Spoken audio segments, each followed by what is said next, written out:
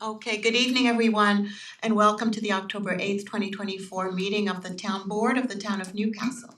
The town has been in executive session, and I would like to ask for a motion to open the work session. So moved. Second. All in favor? Aye.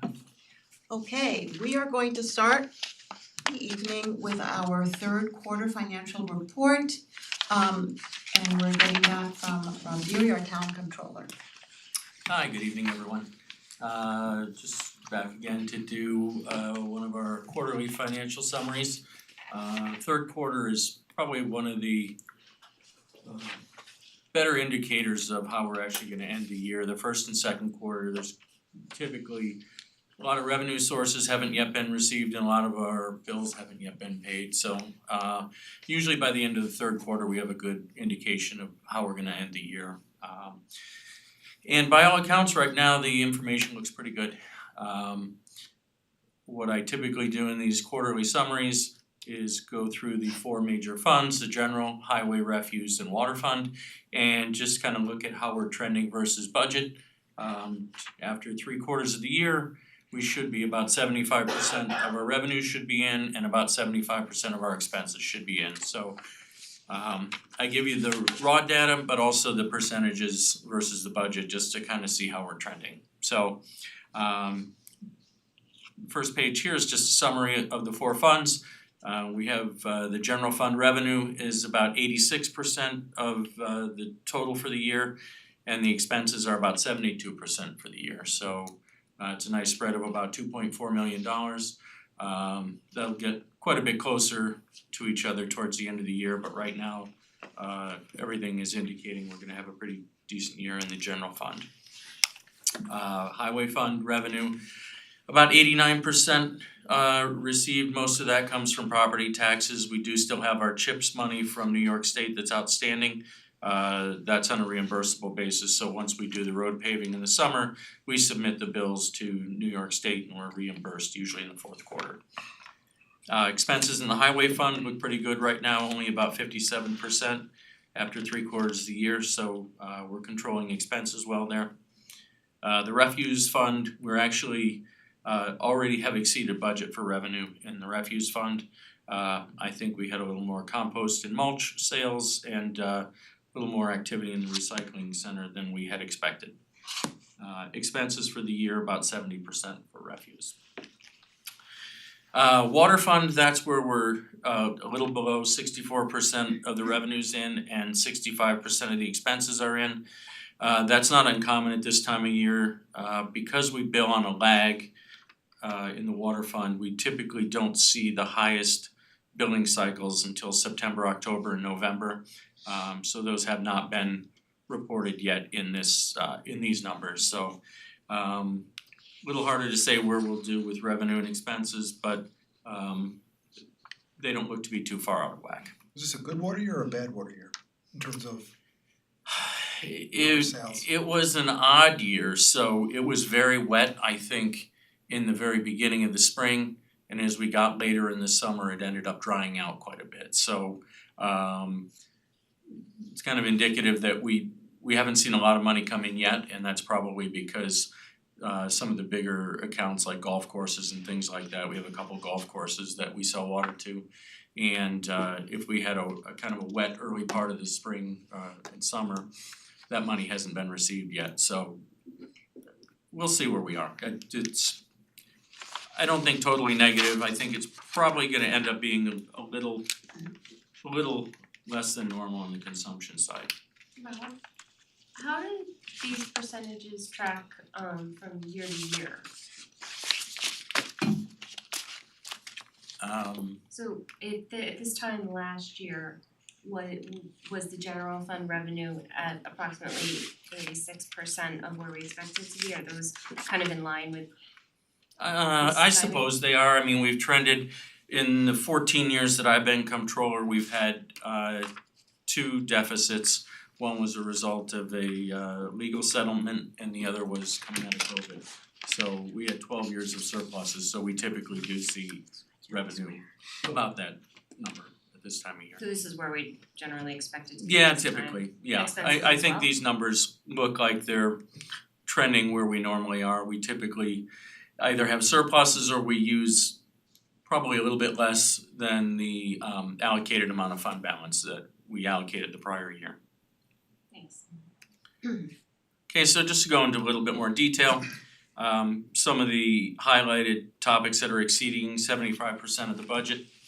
Recreation programs right now, we're $989,000, about 87% of the revenue.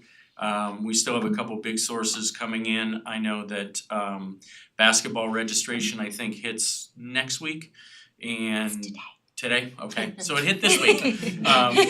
I knew Ike mentioned, so 1 week was basketball and the next week was were the ski trips. So those are two of the bigger sources of revenue that are yet to come in for the year. So that 87% is a pretty good number. Summer camps, $519,000 was the revenue versus a budget of about $500,000. So we exceeded budget there revenue wise. Just curious, how does that happen? Cause the capacity is fixed, right? It's an incredible number. For the summer camp, Yeah. I think we were able to add a few more a few more sections, I think, last year. Oh, okay. We did end up adding, I think towards the very end, and I can't remember which camp it was, but I think we added a little bit. I think Tots. Was it I Tots? think they moved to Bell. Yeah, they Oh, were able to okay. take some of the people that were on the waiting list. I think it was Tots. Rob, the 312%, that's up from what we expected? It's up from what we expected, so last year at this time, we were hearing noise from the Federal Reserve that that the interest rates were gonna go down. They were expecting several decreases and they were expecting at the beginning of the year. So we budgeted, or I budgeted that pretty conservatively because I just wasn't sure what that number was gonna be. I've mentioned in the past, it's very hard to make up a deficit on the revenue side. So if you're expecting some money, we've already accounted for it on the expense side. If that money doesn't come in, it's very hard for me to cut the expense at this point. So if I get to September and I realize, wow, I budgeted too much for interest earnings, it's not coming in, what can I do? What can I do? Not very much. Can't lay off people, I can't cut services, so we end up with a deficit if that happens. So traditionally, we budgeted pretty conservatively. I bumped that number up, you'll see, we'll do the budget discussions next week. I bumped interest earnings up a little bit from what I had budgeted this year because we didn't quite see the decreases that we had expected Meaning the rate.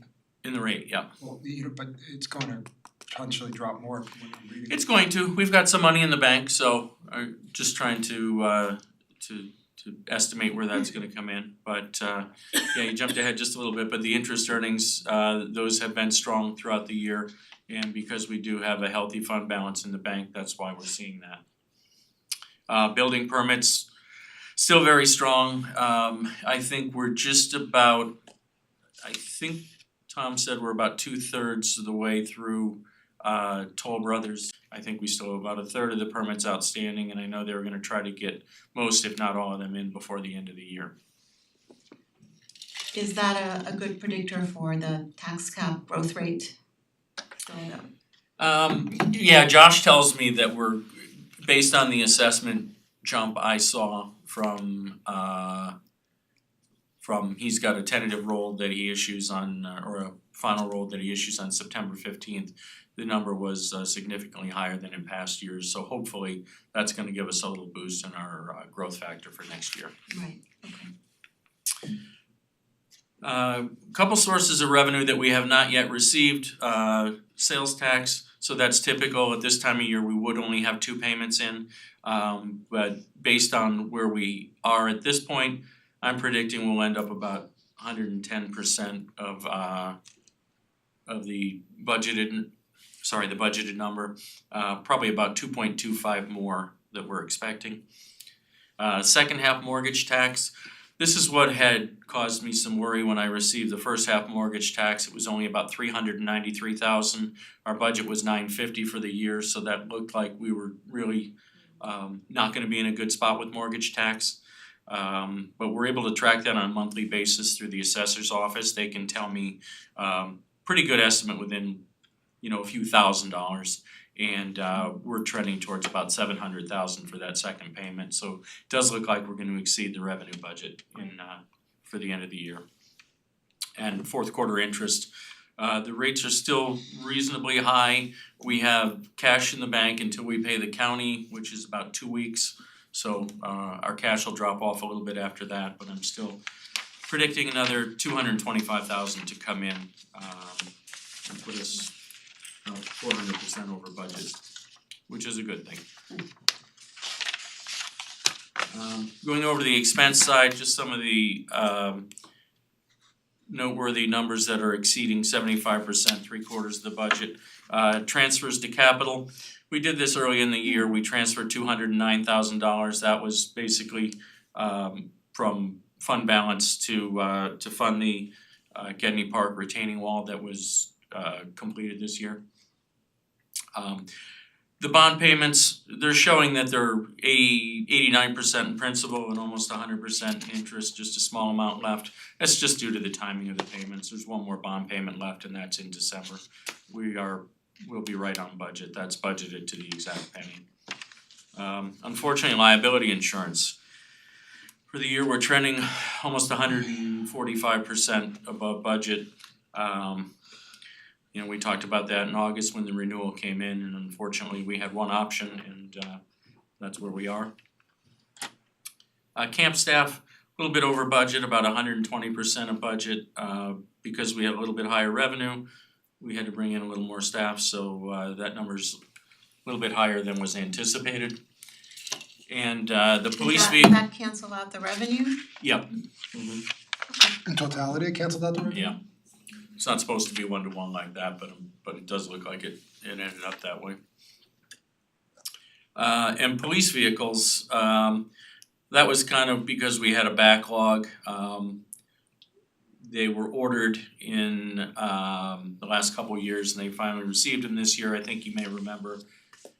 I think it was the ones that we ordered in maybe 23 that they weren't able to fulfill in 23. They had to fulfill them with 24 models.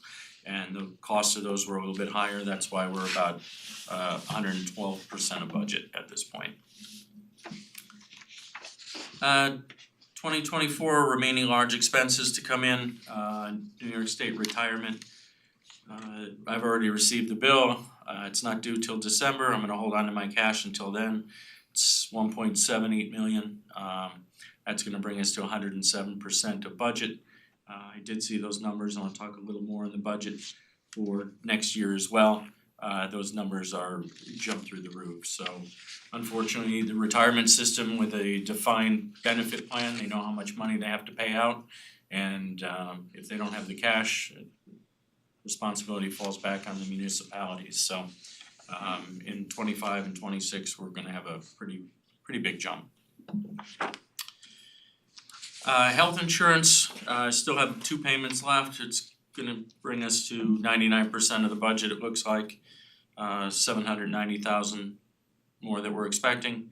And our tax refund at Chappaqua Crossing that was just approved, that's gonna be about $150,000. I think we had 125 budgeted for the year.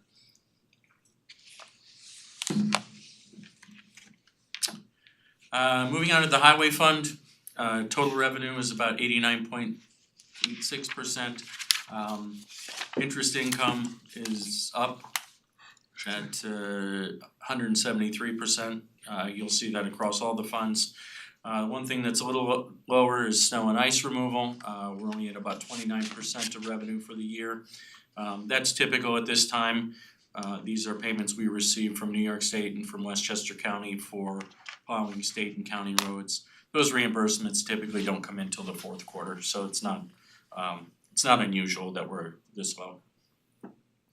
And I mentioned before when I did the summary, the CHIPS money, we're yet to receive that.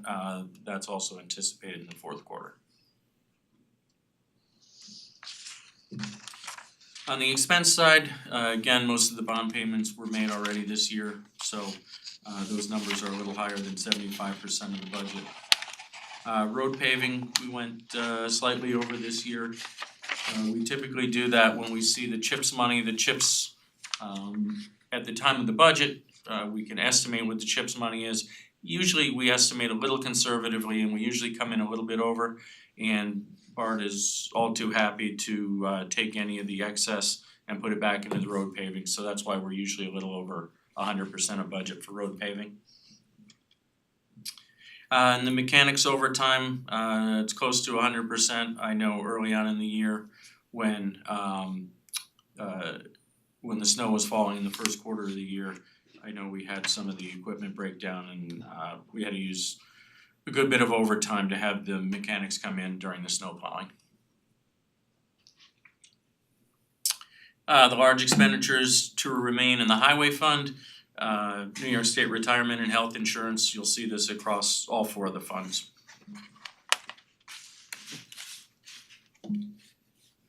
Moving on to the refuse fund, overall revenue I mentioned we're 102%.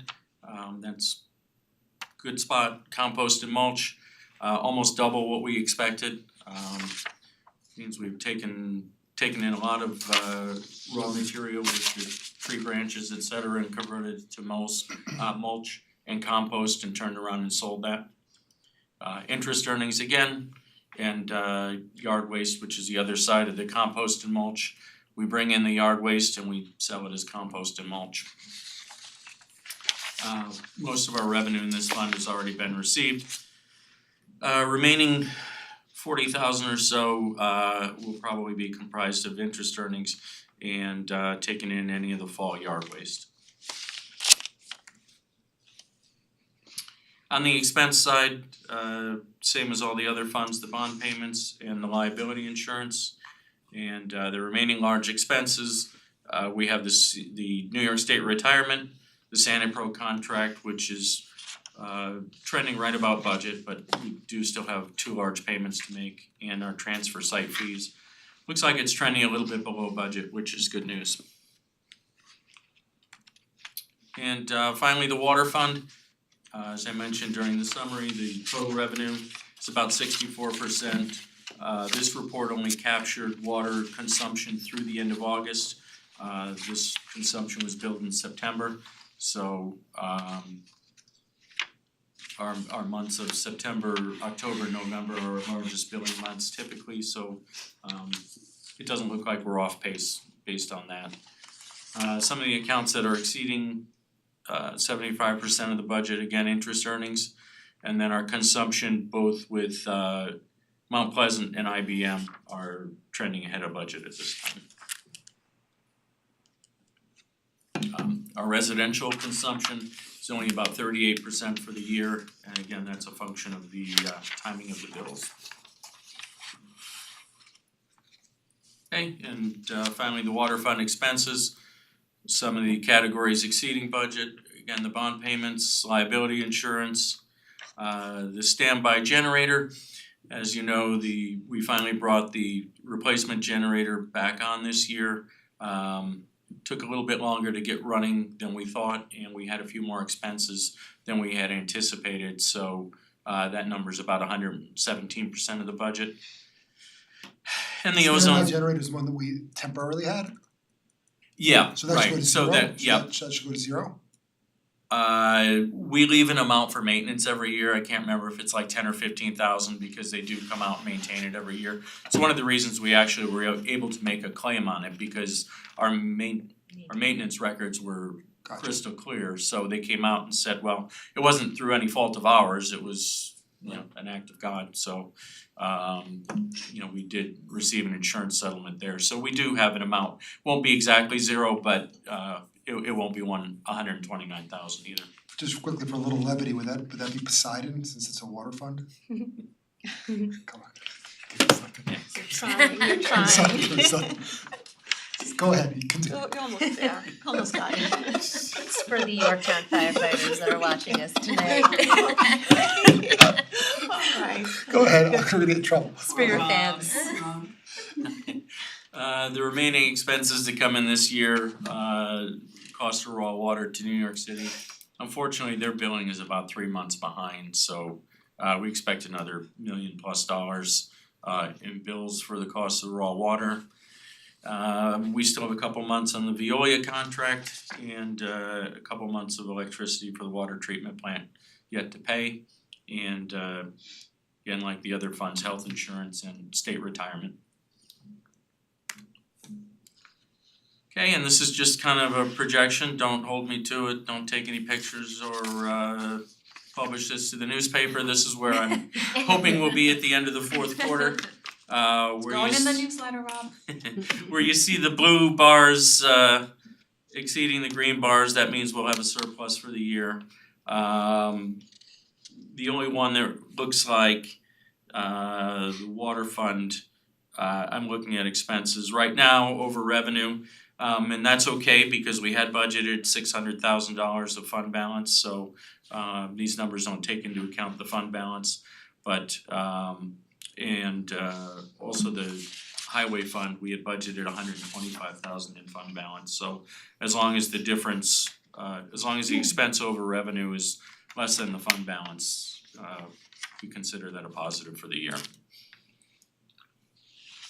Thank you, Rob. Okay, and last, just to show you that I'm paying attention, but I don't expect anybody to read this or go into detail. This is just my tracking of the cash flow and cash on hand. I do track this on a monthly basis and kind of the inflows and the outflows, and typically probably the most cash that we ever have on hand in the town comes at the end of January, at the end of September, once we've done the school tax collection. It's very short-lived because I've gotta pay that money out by the 5th of the following month, so it's all gone already, but it looks real good at the end of September, so. And that's what I've got for the third quarter. Any other questions from anyone? No, thank you, Rob. Thank you. Any questions Thank you so from much. anybody? Great, Yeah, thank I you. really appreciate it. No, very clear, Yep. well laid out, thank you. Yeah, I think we're in a good So spot much. going into this year. The budget you'll see was a little bit tougher for next year. Some of these revenue sources are definitely gonna drop off, unfortunately, and on the expense side, I mentioned retirement. You'll see that in detail coming through the budget. And insurance. Insurance, yeah. Yeah. Insurance Insurance went as up a well. lot. It's been really helpful having these quarterly reports, especially going into budget season. We already have a good idea of Absolutely. how the year is going, and then we'll get a better sense of what you're proposing, It's more digestible this for way, I next think, too. year. because it's just It's too much. it's a lot of information to only get once a year I agree. over the budget, so I think it's really well worth the time to take, and I I agree. appreciate that. I Thank agree. you. Thank You're welcome. you. This Thank you so along with the much. project report that we get from Jill. I do have a question about insurance. So I know it's a lot higher, I mean, insurance in general has gotten more expensive, but I know that ours are particularly higher because of the number of claims. Do we have any idea how long that's gonna last before we kind of go back to a baseline? I think RJ told me it was about 5 years that they kind of, and I think it's weighted too, so it's not like, I think 5 years ago was weighted a little bit less than the more recent stuff, so hopefully some of the claims that we had at the beginning of that period kind of drop off. It's been unfortunate, RJ goes out every year and, gets quotes from anybody that he can, and last few years we've only had one company. It's the same company quoting us, so anytime where you don't have any competition, it's difficult. I will say that, RJ said, even if we had perfect zero claims history, we would have been looking at a 20% or more increase this year, It's insanity. just due to the overall market. And, you saw a hurricane 2 weeks ago and another one this week, and, there's a trickle down all over that industry, so. Unfortunately, that's the case. I have talked to some of my comptrollers in different municipalities, and they're seeing similar numbers, and frankly, some of the ones I talked to didn't have the claims that we did, so may not be as bad as we think. I did see one, I don't wanna call them out, but they had a higher increase than we did, and they weren't really able to put their finger on why. Wow. We can definitely point to why. Okay, yep, Thank you. different world. Thank you, Rob. Sure. Thanks.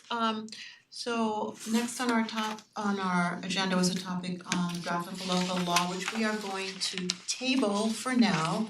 Because we've asked our attorney to do a little more research That's correct, on the Supervisor. topic. So we will table the discussion until further notice and when you get, we'll, Yep, I'll You'll do get some back more to us. research and we'll report back to the board.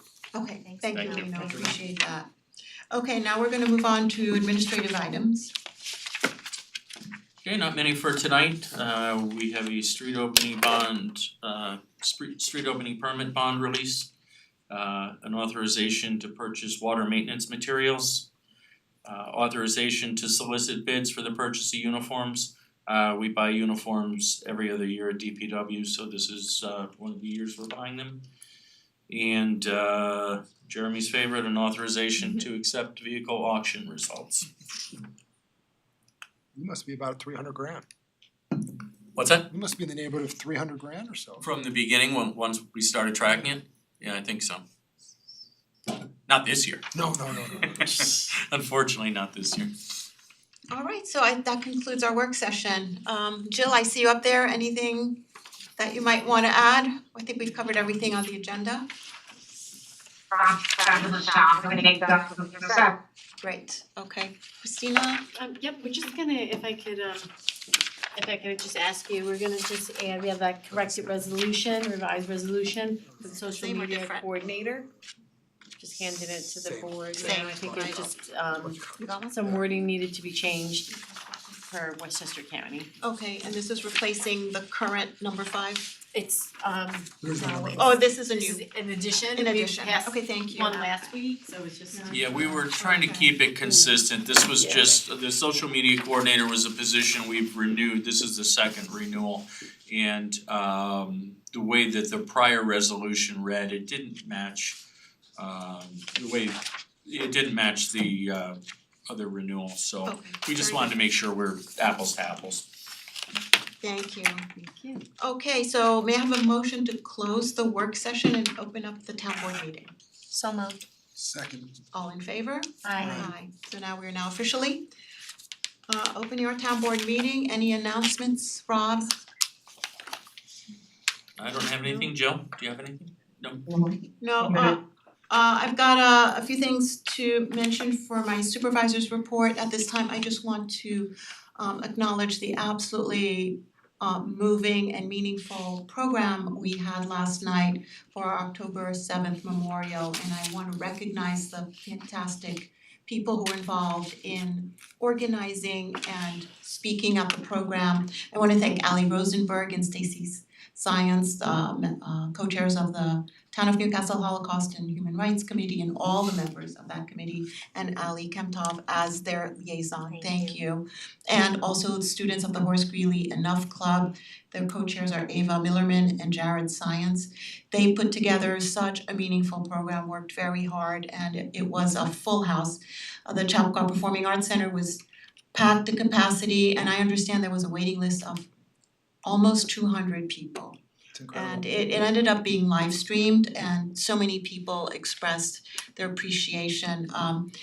We are especially thankful to the keynote speaker Maya Izuchev, who traveled all the way from Israel. She is a Nova concert survivor, and she came and bore witness to her experience on October 7th in Israel. And we really appreciate her and recognize how difficult it was for her to do that. But we're incredibly grateful that she came to Newcastle to do this, and grateful to Alicia Sands also, who shared some personal reflections, knowing the Hirsch Goldberg family. And we had Eden Adre, who is the Westchester Youth representative from Israel, who is there as well. And we had rabbis, cantors, we had reverends and JSU students, and we heard sermons and beautiful music, and it was just a really moving evening, and I heard from so many people who were very grateful for that program. So thank you to everybody. And also now I just wanna switch gears and remind everyone of some really important and exciting programs coming up in October. There are a lot of them, so I don't want any of them to fall under the radar. The Holocaust and Human Rights Committee is launching Get to Know Your Neighbor Bench, which will be at the Farmers Market starting Saturday, October 19th. It will be there'll be an actual bench at the entrance to the market, and it'll be an opportunity to sit down with someone, one of your neighbors, and talk and just get to know one another. I'm really grateful to them to have thought of this. It's an opportunity to encourage people to slow down, engage in conversation, share their stories, and building a sense of community, one person at a time. The Committee on Inclusion and Belonging had a very similar idea, and they worked really independently of each other. This is a different program, but it's also about sharing stories, and it's called Story Exchange. And it's an opportunity to get together, build empathy and make connections. And this is something you have to sign up for. It's in the newsletter, but there's a page on the town website. So I will put it again in the town newsletter. If you're not signed up for the newsletter, please do sign up. It's a wonderful opportunity. Again, it's about building community. And finally, we have a wonderful program coming back, which had been started in 2017 by a resident, Evie Rosen, when Rob Greenstein was town supervisor.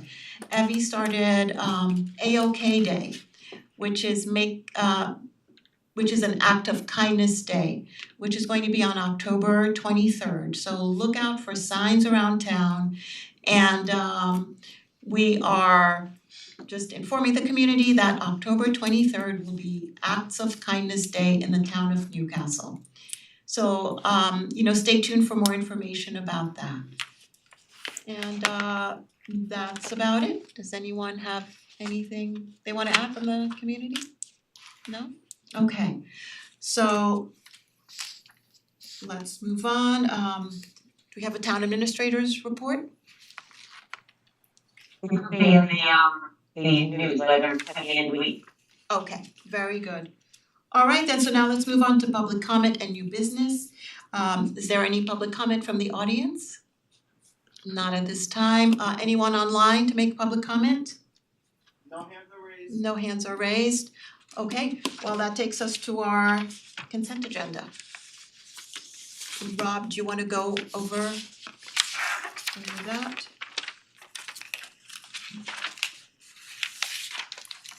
And then consent agenda and then proposed Sure. motions. You mentioned we have the street opening bond, permit bond release, authorization to purchase water maintenance materials, authorization to solicit bids for the purchase of uniforms, authorization to accept vehicle auction results, and the resolution authorizing the assessor to make the corrections to the 2023 final assessment roll. Okay. And then we have proposed actions.